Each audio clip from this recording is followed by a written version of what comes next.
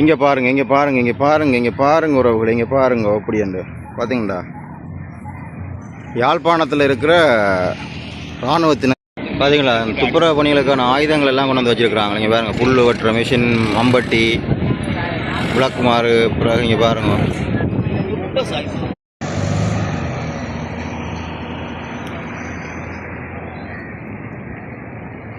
பார்த்தீங்களா, முழுக்க முழுக்க பெரும்பாலுமே இராணுவத்தினர் நிற்கிறார்கள். கௌரவத்துக்குரிய ஜனாதிபதி அவர்களுடைய ஆலோசனையின் கீழ் நாடு முழுவதும் சுத்தமாக வைத்திருப்பதற்குரிய வேலைத்திட்டமான கிளீன் ஸ்ரீலங்கா வேலைத்திட்டத்தினை மற்றும் இன்றைய கல்வி சமுதாயம், இளைஞர்கள், அரச மற்றும் அரச தனியார் நிறுவனங்கள், சமூக மட்ட அமைப்புகள் அனைவரும் ஆனந்தன் மாகாட்ட அடுத்த நிகழ்வாக கிளீன் ஸ்ரீலங்கா வேலைத்திட்டத்தின் நோக்கத்தினையும் அதை பற்றிய விவரத்தினையும் விவரிப்பதற்காக நாம் அழைத்து நிற்கின்றோம். அத்துடன் நம்மோடு இணைந்து நிற்கும் சுற்றுலாத்துறையின் அலுவலர்கள் அனைவரையும் அன்புடன் வரவேற்கின்றோம். இந்நிகழ்ச்சி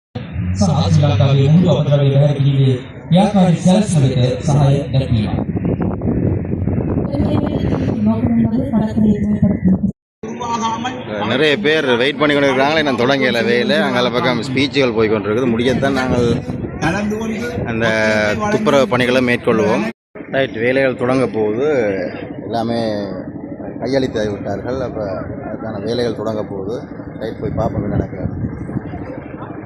வடமாகாண ஆளுநர் அவர்களையும் மற்றும் ஜாழ் பாதுகாப்பு படைகளின் கட்டளை தளபதி அவர்களையும் 51வது படைப்பிரிவின் சேனாதிபதி அவர்களையும் ஜாழ் மாவட்ட உதவி பணிப்பாளர் அவர்களையும் மற்றும் இங்கு பார்த்தீங்கன்னா நம்ம உறவுகளை இங்கே பாருங்க, இங்கே பாருங்க. இந்த மாஸ்க்கை கொஞ்சம் தந்தீங்கன்னா நானும் தான் போட்டு கொண்டு போக போகிறேன். ரைட், நானும் மாஸ்கை போட்டு வெளிக்கிட்டேன். எல்லோரும் வெளிக்கிட்டாங்க. ரைட்டு, சுத்தம் செய்த நடவடிக்கைகளை வந்து நாங்கள் முன்னெடுக்கிறது. உறவுகளை விஷயம் என்று சொன்னால் கட்டாயம் இந்த சுற்றுச்சூழலை வந்து பாதுகாக்க வேண்டும்.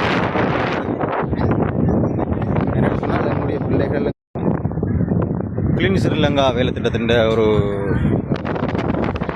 நடவடிக்கையாக தான் இந்த யாழ்ப்பாணத்தில் இருக்கிற பண்ணை கிடப்பது.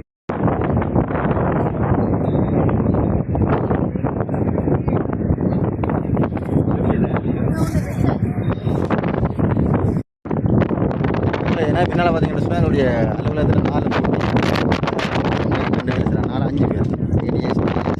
பேர் சார் அடுத்தது. சரி, வேறு முடிச்சதுக்காக பனஸ் தந்தவங்க ரிங்ஸும் தருவீங்க நம்மளோட என்றால் நல்லா இருக்கு பனஸ்.